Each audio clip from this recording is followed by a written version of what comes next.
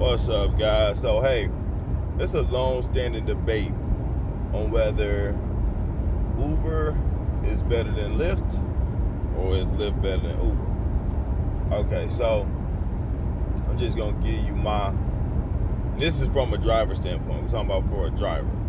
Okay, so if you're driving for Uber or Lyft, then you probably need to hear this. All right. So I'm gonna give it to you from my perspective, from what I experienced. Okay, I've done both. Okay, I've had success doing both. Now, this is what I will tell you. Okay, there was one point where I was a die-hard Uber guy. Then there was a point where I switched over and I was like, hey, Lyft is better. Then I switched back from Lyft and started focusing more on Uber. And when I've done those, I've kind of ignored the other one and just kind of let the other one just go fall by the wayside. So if I got two rides at the same time, which happens, I'll get an Uber ride and a Lyft ride. Nowadays, most of the time, I'm going to take the Uber. Before, I would take the Lyft.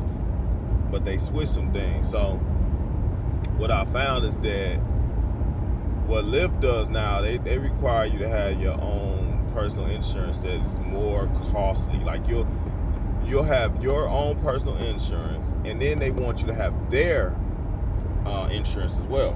So you doubling up on insurance.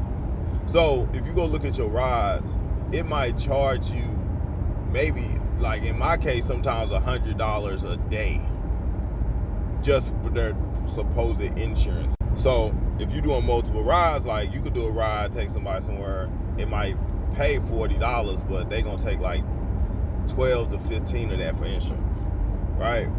So you're not making the full amount. That's what you experience like with Lyft.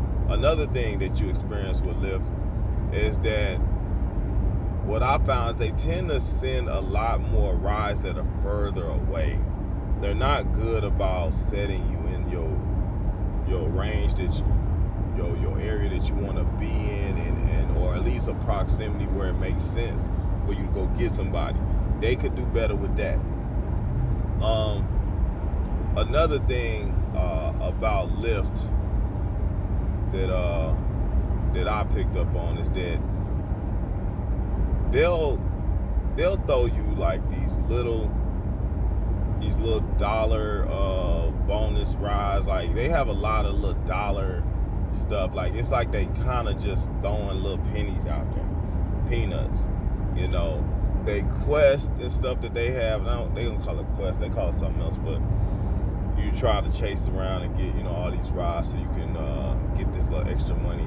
Theirs be kind of low compared to what Uber's was. Now, Uber's when you first come in, you'll have some really good quests that's easily obtainable goals, and you'll hit those, and then they'll stretch them out, and then it'll be harder to obtain or to achieve, and also there'll be less money that you'll make on it. So it tends to get worse as you become more seasoned. All right, so that's why, like I told you in my video where I made $10,000 a month for a few months, is because I had those Quest rides and stuff also. All right, so I was doubling up. But like I said, they make it harder as you get more seasoned. They don't care about the long-term experienced driver anymore. They use you up and spit you out, man. That's what they do. True story. Now with Uber, that acceptance rate is huge. It'll mess you up if you get on the wrong side of that. Get on the wrong side of that, man, you're gonna get some crappy ass rides. I'll tell you that. Some crappy ass rides, low paying, far distances, places people don't want to go. They're gonna send you places to pick people up that's farther away. It's gonna be bad. But if you keep your acceptance rate high and stuff, and you got good reviews, then you'll typically get pretty good rides. You will. So I've done that. With Uber, I think you can make more, I would say, only because it seems like they tend to pay a little more for their rides because they don't have, I mean, they have a fees and stuff, but it's just not as high from what I've seen as Lyft's. Okay, now time I'm making this video, that's the situation. That could be subject to change, because like I said, Uber and Lyft, it's been fluctuating. Like I'll go from one to the other. At one point I'm into this one, the next point I'm into the other one, because of the different changes that they're constantly making. So right now I'm more pro Uber, and that's only because Lyft inserted that new fee, insurance fee that they want you to pay along with your insurance. So you doubling up. That's not fair. It's not fair, and it doesn't make sense. So I typically use Lyft more when I want to stay in a general area and just soak some stuff up in that area, because their distance rides, they tend to take too much. I don't like that. They take too much out of your pay. Okay, so another thing about Uber and Lyft, Uber tends to avoid toll routes more often. Something I noticed. Okay, whereas Lyft tend to send you on most tolls. They don't care. They just gonna send you on the toll. Now they do reimburse you for the tolls. I believe most of them. I won't say all, because I've been on some roads where I did not get reimbursed. Okay. Now, something to look out for. And I've seen this on Uber primarily. Alright, I have not really seen this on Lyft, but something you need to be aware of. Uber will steal money. Uber will steal money from you. Okay? If you look it up online, Google and everything else, you will see that people all over the world have reported Uber stealing money. And I have experienced this with a driver that's got over 2,500 trips under their belt. I have experienced Uber stealing money from me, and they have done it in a couple different ways. One way that they did it is the price of the ride that they give you, that they flash to you. When you select it, it might say, oh, you're going to get paid $29 for this ride. You do your ride, you drop them off, boom, it says $24 have been inserted, right? That's not what I was told when I accepted the ride. And then I done called Uber and told them this, and I got an argument. Now the first, okay guys, so yeah, like I was saying, so yes, Uber has stolen money. I've contacted them. Initially, the first 2 or 3 times it happened, they did reimburse it. They gave me the money back. After that, which that was when I first did Uber some years back.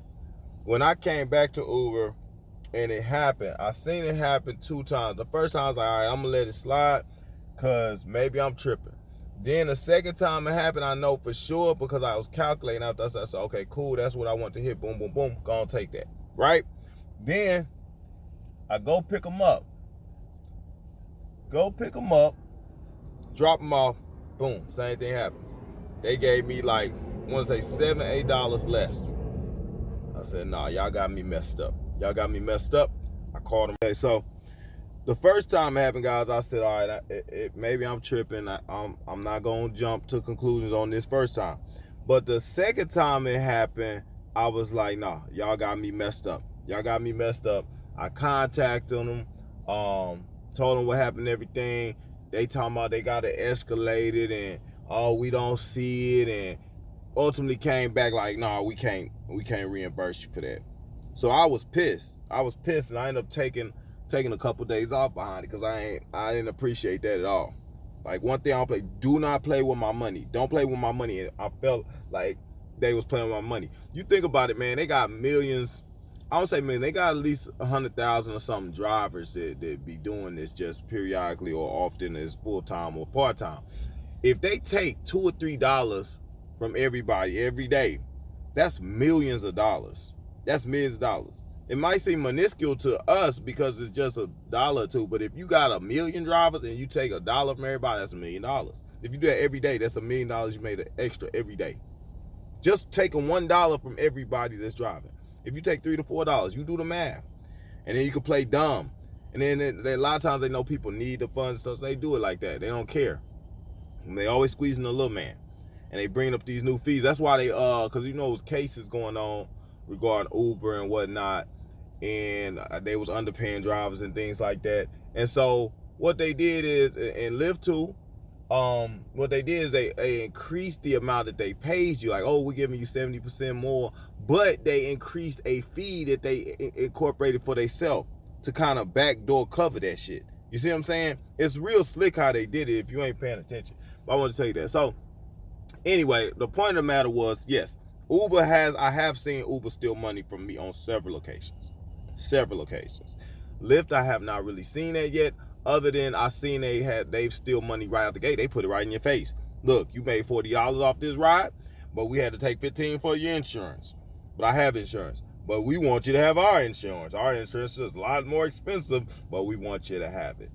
Real slick how they do. So with those two aspects of it, man, yeah. Uber will steal money. Lyft is basically up front doing it. Another thing with Uber, if you do get up in those upper tiers, man, you get that priority stuff, which is good, man. And you get to Diamond and stuff. They got some good benefits and things like that. But the Quest and stuff that they start to offer you later on is really bad. It's not something that you really, you know, want to try to be shooting for, because the chances are you're not going to hit them a lot of times unless you're out there busting it. You're going to run your car down. They don't reimburse you for your damage you put on your car. Now, Uber and Lyft, you can rent cars with both of them, obviously. I personally wouldn't do that because it costs too much for you to keep up, and then you fall more into the slave trap, and I think that's what they want you to do. You run your car down, then you rush and you got to get something else.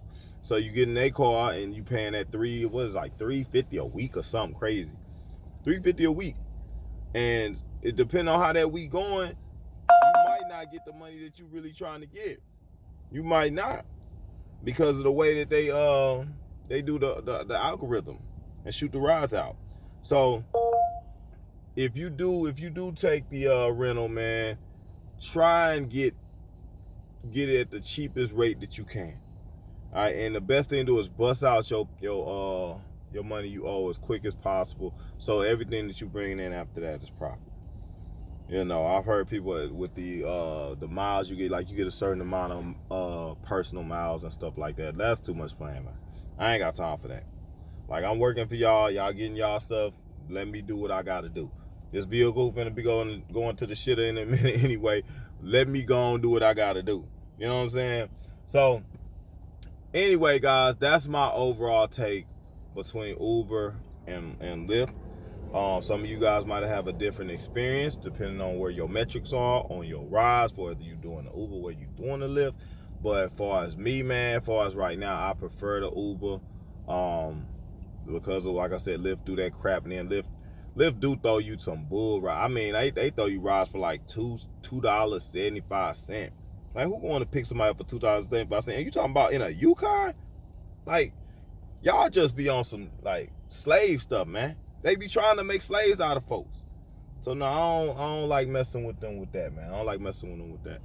But that's my take, man. Take it for what it is, man. If y'all have a different experience as far as y'all driving for Uber or Lyft, man, put it in the comment section. There's some other ride apps out here that I've heard about that I've started to look into. I think one's called like Urtzy or something like that. I think it deals with like senior citizens and stuff, helping disabled people get back and forth to their appointments. So you might want to check them out, man. But if y'all know some, oh yeah, guys, another thing I don't like about Uber that I almost forgot is that you would be waiting at the freaking airport for a ride, and you know you want to get the big rides, and you do those big rides, man. Cool, but a lot of times, man, I've seen when you be at the airport waiting on a ride, man, and you'll be waiting in a queue for like an hour or so. I don't do that no more, but even if you do like 20 minutes, you wait and think, okay, I might get a go. Man, they're seeing you like a $10, $15 ride. and you didn't wait it. So you start doing the math. Like, I waited 30 minutes and y'all send me a $15 ride. Do it make sense? Normally it don't. It don't make sense. I've seen that more with Uber. I'm just saying. Lyft tends to give you the big rides more so when you leave and coming up out the airport. Yeah, if you had a different experience, man, let me know. I'm just telling y'all. Lyft, I found that Lyft, right, has been even a little more consistent with their rides too. But they do throw them cheap rides, some BS rides. And then if I had to tell you between the two, who likely tip more, people that ride Uber tend to tip more than people that ride Lyft. And that is subjective too, because it depends on who you picking up. I ain't being racist or nothing like that. But black folks, we got to do better for our tipping. My Arabs, my Indians, y'all, we got to do better with our tipping. My Asians, we got to do better with my tipping. So I only left one race out, and that's because they actually be taking care of folks. They look out. I'm not being biased. I'm not being racist. I'm just putting it out there. All right. I might do a video specifically on that, man. Oh, and there's some tricks that people be doing you gotta watch out for. I'm gonna tell you about that too. And I've only seen the Indian folks do this stuff, man. They some slicksters. But I'll put it on there, man. I'll put it on there. Also put those in the comments section, man, so we can check them out. I will catch y'all on the next one.